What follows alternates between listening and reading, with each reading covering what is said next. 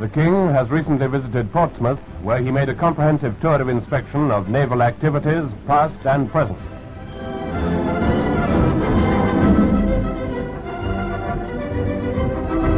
One highlight was the plotting room of Command Headquarters, where he saw the plot of the Allied invasion on D-Day.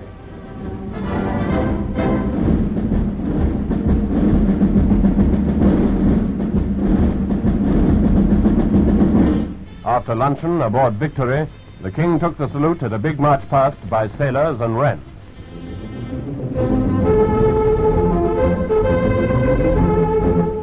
Magnificent work continues to be done by all branches of the senior service. Even if they're not so often in the pictures on the screen, they're always in the picture of the war itself, every front and every phase of it.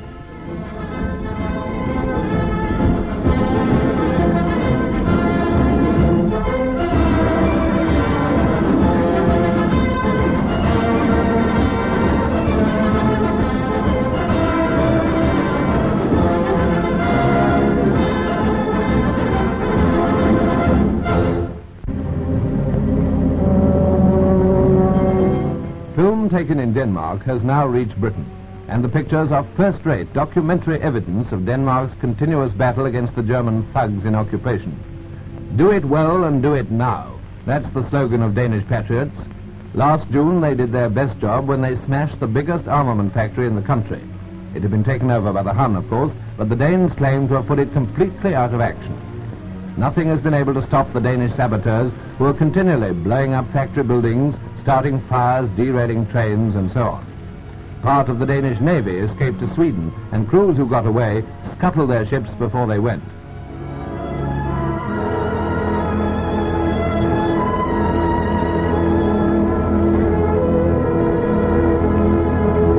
The Hun has tried everything, from shootings to counter-sabotage, destroying cinemas and shops and all the rest of it. But Danish sabotage and strikes go on, and Danish and Allied flags cannot be suppressed. The general strike in Copenhagen was a climax. The whole population of over 1 million stopped work, and the Hun tried in vain to starve them into submission.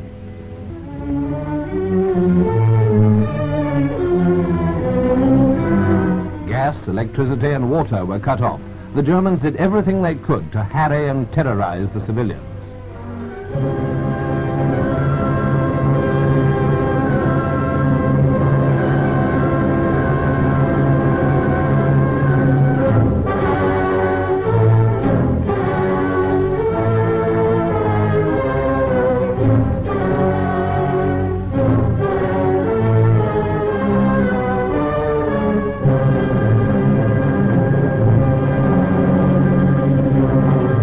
Eventually, it was the Germans who had to give in. The Danish Freedom Council ended the strike when the German High Command had agreed to satisfy Danish claims, but not before. A week later, Copenhagen observed a 2-minute silence in tribute to fallen comrades who numbered several hundred.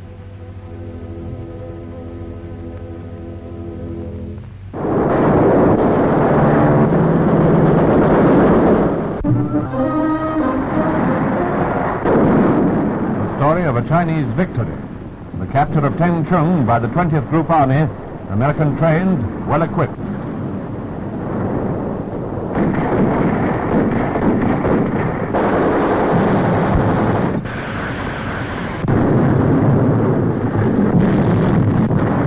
For 5 weeks, these Chinese had fought an inch-by-inch battle against the Jap garrison in Tengchung on the Burma Road.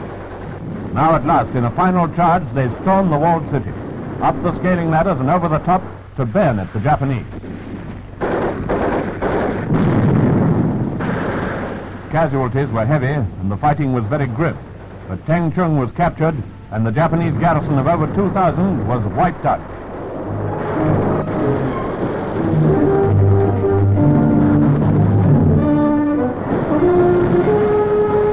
few prisoners were taken.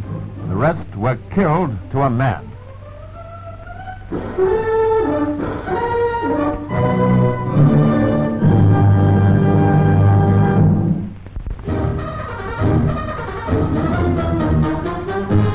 The story of the life and death of Germany's 45,000-ton battleship Tirpitz is, from the German point of view, far from happy and not at all glorious. She was launched just before the war with Hitler there. Even then, no doubt, he was plotting the destruction of our commerce. An impressive giant of a ship, the Tirpitz, like the Bismarck, was built to be as nearly unsinkable as a ship could be. After the sinking of the Bismarck and later the Scharnhorst, the Tirpitz became Hitler's one real hope at sea, especially against our convoys for Russia. The Russians had a go at her, our midget submarines also torpedoed her, and the fleet air arm hit her again in more than one carrier-borne attack. Instead of smashing our convoys, the Tirpitz crept down from the Arctic, trying to hide in various Norwegian fjords, but she was always spotted.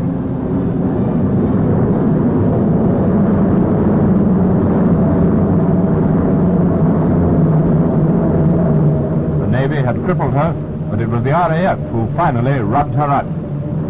RAF film tells the story of Bomber Command's perseverance, gallantry, and triumph. Film taken on the 15th of September shows an attack by aircraft flown from a Russian base.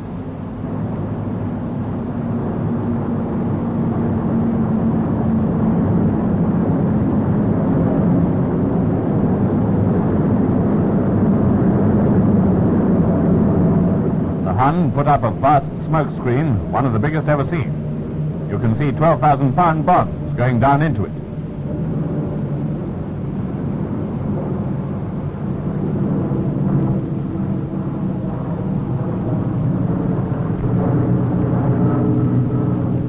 Pictures taken on the 29th of October show another attack in progress. On this occasion, cloud made things very difficult and hazardous for the RAF. We see the Tirpitz firing ack-ack and what are probably her 15-inch guns.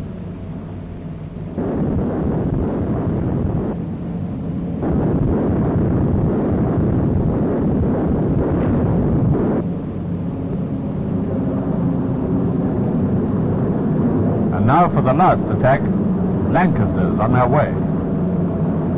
It was the 12th of November, and the Tirpitz was lying in the same position as before, south of Hawkeye Island and 4 miles west of Tromsø.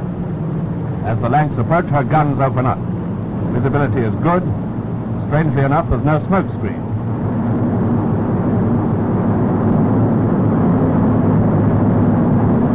Watch for the 12,000-pounder that stopped those guns once and for all.